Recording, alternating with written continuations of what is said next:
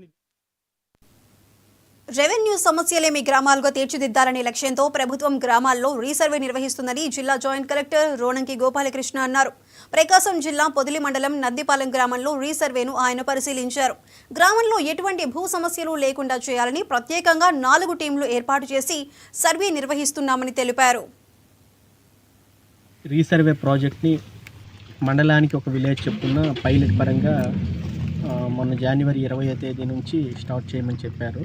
So ఇప్పుడు మనము పొదిలి మండలం నందిపాలెం గ్రామంలో ఉన్నాము. ఈ విలేజ్ తాలూకా ఎక్స్టెంట్ 1221 ఎకరాలు. ఇందులో 948 ఎకరాలు పట్టా భూమి ఉంది, మిగతా భూమి ప్రభుత్వ భూమిగా ఉంది. దీన్ని మనము విలేజ్ బౌండరీని ఫిక్స్ చేసాము. బ్లాకులుగా 4 బ్లాకులుగా విభజించాము. 4 టీమ్స్ ఇక్కడ సర్వే చేస్తున్నారు.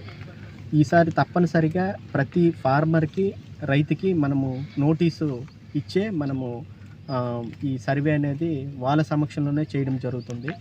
గౌరవ ముఖ్యమంత్రి గారు ఆలోచన ఏమిటంటే రెవెన్యూ గ్రీవెన్స్ ఫ్రీ విలేజ్, అంటే ఎటువంటి రెవెన్యూ సమస్యలు లేని గ్రామాలుగా తీర్చిదిద్దాలనే ఆలోచన గౌరవ ముఖ్యమంత్రి గారికి, ప్రభుత్వానికి ఉంది. ఆ ఆలోచన మేరకు రైతుల సమక్షంలోనే అన్ని రకాల సమస్యలు మనము చేస్తున్నాము. ఈ రీసర్వే ఏంటంటే హైబ్రిడ్ మోడల్.